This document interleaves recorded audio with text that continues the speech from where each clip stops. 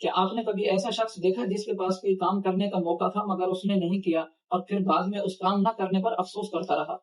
یا آپ کی زندگی میں کبھی کوئی ایسا وقت آیا ہو کہ آپ کے پاس وقت بھی تھا، موقع تھا، مگر آپ نے نہیں کیا اور پھر بعد میں اسے نہ کرنے پر افسوس کرتے رہے، حسرت کرتے رہے کہ ارے یار میں یہ کر لیتا تو کتنا اچھا ہوتا، لیکن افسوس نہیں کیا؟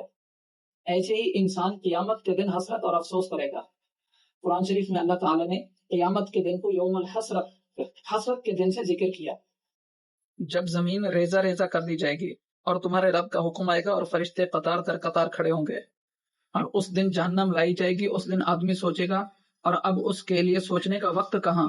وہ کہے گا اے کاش میں نے اپنی زندگی میں کوئی نیکی آگے بھیجی ہوتی۔ جہنم کی 70,000 باغیں ہوں گی، ہر باغ پر 70,000 فرشتے جمع ہو کر اسے کھینچیں گے۔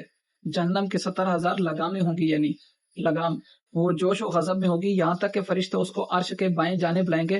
اس روز سب نفسی نفسی کہتے ہوں گے سوائے حضور صلی اللہ علیہ وآلہ وسلم کے۔ حضور امتی امتی فرماتے ہوں گے۔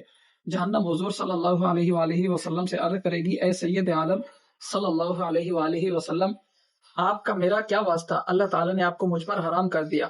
اس دن انسان سوچے گا اور اپنی غلطیوں، لغزشوں، خطاؤں اور گناہوں کو سمجھے گا، لیکن وہ وقت سوچنے کا نہیں ہوگا اور اس وقت کا سوچنا کچھ بھی فائدہ نہ دے گا اور اس سوچنے سے صرف حسرت حاصل ہوگی۔ اور اسی وجہ سے قیامت کا ایک نام یوم الحسرتی یعنی حسرت کا دن بھی ہے۔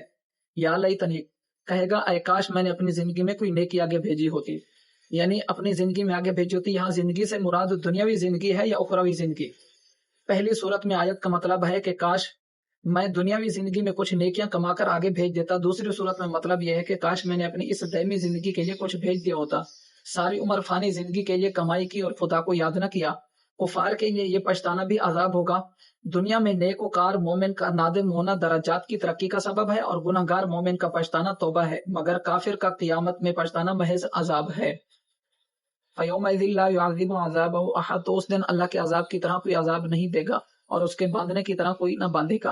اس کا ترجمہ اور بھی الفاظ میں کیا جاتا ہے اور اس دن اللہ کے عذاب کی طرح کسی کے سخت عذاب نہ ہوگا، یہاں یہ نیچے تفسیر میں ہے۔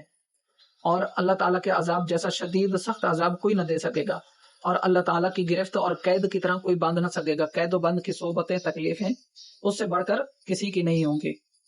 انسان کہے گا یا لیتنی قدمت لحیاتی، اے کاش میں نے اگلی زندگی کے لیے کچھ نیکیاں آگے بھیجی ہوتی، لیکن تب افسوس کرنے کا کوئی فائدہ نہیں ہوگا، تب حسرت کا کوئی فائدہ نہیں ہوگا۔ اس لیے اب دنیا میں ہمارے پاس وقت ہے، زندگی ہے، اس میں ہم نیکیاں کریں اگلی زندگی کے لیے اور اس زندگی کو ہم فضول میں ضائع نہ کریں، فضول بیکار کاموں میں وقت برباد نہ کریں، ضائع نہ کریں۔ اس زندگی کو قیمتی سمجھیں۔ حدیث میں ہے دنیا آخرت کی کھیتی ہے۔ اگر آپ کو اس ویڈیو سے فائدہ ہوا ہے تو آپ یہ دوسروں تک بھی پہنچا سکتے ہیں۔